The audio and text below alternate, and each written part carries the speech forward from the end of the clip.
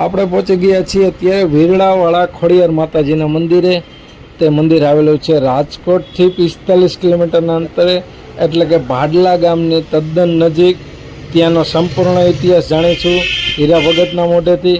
હીરા ભગતના મોઢેથી આપણે વીરડાવાળા ખોડિયાર માતાજીનો ઇતિહાસ જાણીશું. અને અહીંયા માનતા પણ થાય છે. કોઈ હાથ પણ દુખતા હોય, પગ દુખતા હોય તો લાકડાના પગ ચડાવી અને માનતા પૂર્ણ કરવામાં આવે છે. તો સીધી વાત આપણે કરીશું હીરા ભગત સાથે. તો ચાલો આપણે હીરા ભગત સાથે વાત. બાપુ, આ જગ્યાનો આપણે ઇતિહાસ શું છે અને કઈ રીતની આપણે માનતા રાખવામાં આવે છે? તાલુકો જસદણ, જિલ્લો રાજકોટ. ઓકે. જસદણ તાલુકાનું 25 કિલોમીટર દૂર છે. રાજકોટ જિલ્લાનું 40 કિલોમીટર દૂર છે. ભાડલા ગામ છે. ભાડલા ગામથી 1.5 થી 2 કિલોમીટરના અંતરે વીડાવાળી ખોડિયાર આવેલ છે. બરોબર. રાણીપર રોડ લાગુ પડે અહીંયાથી. તો અહીંયા 700 વર્ષ પહેલાનો ઇતિહાસ છે. બરોબર.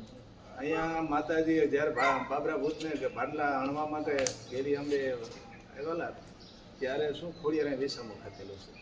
તેમની અંદર આવડ જોગર સોગડ શ્રી ખોડિયાર બીજભાઈ ઓલભાઈ ચાચરભાઈ એટલે ખોડિયારે વિસામો ખાતેલો છે. તો કોઈ પણ શરૂઆતમાં ચારણના અહીં ડંગો હોય છે તો તેમનું ધણ, તે લોકોનું ધણ વાળી જાય તો એનો જીવ જાય એમાં. તો માતાજી અહીંયા વિસામો ખાધેલો છે. તો પાણી કરતા તો માતાજી કંઈક પથ્થર ઉસકાયા. આપણે જ્યાં વીરડો હાલમાં રહ્યો ને, બરોબર છે, ત્યાં 400 વર્ષ છે જૂનું, ત્યાં પથ્થર ઉસકાવેલ ગોવાળે. તો એ પાણી ગોવાળને પ્રગટ થયું ત્યાં. માતાજીએ પ્રગટ પાણી થયું ત્યાં. તો ગોવાળે પાણી પીધું. ત્યાર પછી બાબરા ભૂતને હણવા ગેલી અંબે ગયા અને માતાજીના લાકડાના અત્યારે હાથ પગ ચડે. એને ખોટ હતી પગે. તો કે મારે કાંઈ પણ બે વિશ્વાસ દેતી ગઈ કે આ પાણી મારું ખૂટશે નહીં. અને કોઈ પણ ડાબો જમણો આખું શરીર, કોઈને બાળક ન હોય, લાકડાના ઘડાવીને ચડાવશે એને હું મનોકામના પૂરી કરી છે. તો 1974માં અમારે હેમગીરી બાપુ આવેલા. અહીં ગાઢ જંગલ જેવો વિસ્તાર હતો. કોઈ વસ્તુ અહીં નહોતી, ખાલી જંગલ જેવું હતું એમ. ત્યાર પછી હેમગીરી બાપુએ માતાજી સાથે 6 મહિનાના પીપર પત્તા ખાય અને આ જગ્યાનો વિકાસ કર્યો. કોઈ અહીંયા આવતું નહોતું, વાડીના લોકો નહોતા, ગામના લોકો નહોતા આવતા. ત્યારે ધીમે ધીમે આ અત્યારે આટલું પહોંચ્યું છે. અવાજ ઊંચો બોલો. અને આપણે અહીંયા માનતા રાખવામાં આવે છે. બાપુ, કઈ રીતની માનતા રાખવામાં આવે છે? અહીંયા જગ્યાએ આવીને માનતા રાખવાની હોય કે પછી મનોમન માનતા લઈ લે તો પણ ચાલે છે? ભગવતીને પ્રાર્થના કરવાની. બરોબર. ડાબો પગ દુખતો હોય, જમણો પગ દુખતો હોય, ડાબો. અને બીજું બાપુ, અમે એવું સાંભળ્યું છે કે હાથ પગ ચડાવવાથી આપણે પગ કે હાથ કંઈ દુખતું હોય, લાકડાના હાથ પગ ચડાવવાથી મટી જાય છે.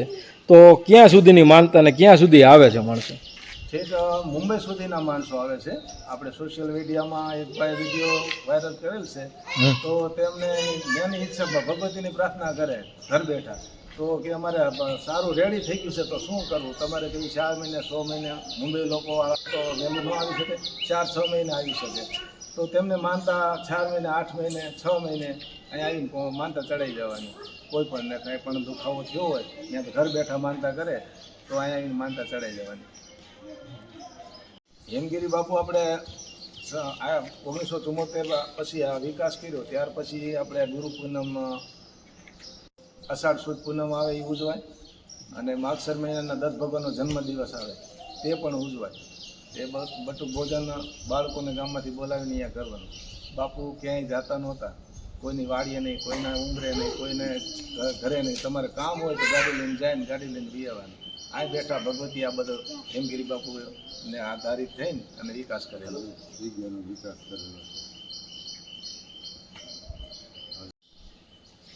બાપુ બ્રહ્મલીન થયા તેમને 2016ની સાલમાં બ્રહ્મલીન થયા.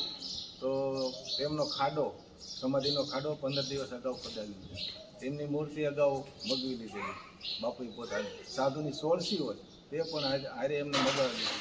ત્યાર પછી 8:30ના ગાળામાં અમે આરતી સેવા પૂજન કરીને ત્યાર પછી ગુરુ ગાડી ઉપર બાપુ બ્રહ્મલીન થયા. અમે હાલમાં 50 જણા હતા અને ગુરુ ગાડી ઉપર બ્રહ્મલીન થયા. તો આવા સંતો ક્યાંક જોવા મળે. એ બરોબર. કળિયુગમાં પણ આવા પરચા પૂરે છે ખરા. ત્યાર પછી ધીમે ધીમે મંદિરની વિકાસ થયો. ત્યાર પછી ગૌશાળા એક ગાય હતી હેમગીરી બાપુએ, તેમાંથી અત્યારે 40-42 નાના મોટા પશુ છે આપણે હાલમાં. અને બાપુનો પરસો છે હેમગીરી બાપુનો, એને દર પૂનમે અમે ગરબા બોલતા હતા. તો કે છોકરો મારે ઝાડ વાવવું છે, મને ખાડો ખોદી દો. તો કે બાપુ આ પૂનમે નહીં ને ઓલી પૂનમે અમે ખાડો ખોદીએ છીએ. તો 2 પૂનમ વહી ગઈ, તો ત્રીજી પૂનમે જાત મહેનતથી તેમને આખે ત્રિકમ લઈ અને પોતે જાત મહેનતથી ખોદ્યું તો પાણીનો પ્રવાહ નીકળ્યો. પછી તો અમે બધા આનંદમાં વધારે ખોદવાથી પ્રવાહ નીકળ્યો. તો પછી અત્યારે રાજદી પશુ પંખી ત્યાં પાણી પીવે છે. અત્યારે હાલમાં બરાબર. એ પાણી પણ ખૂટતું નથી. ઈ બ- ઉનાળે એ પાણી પણ બાપુ એ બનાવને અંદાજે કેટલો ટાઈમ થયો છે? એના 8 થી 9 વર્ષ જેવું થયું. 8 થી 9 વર્ષ 8 થી છે. 9 વર્ષ થયું. હેમગીરી બાપુનો પરસો. ઓકે. બોલો ખોડિયાર માતની જય.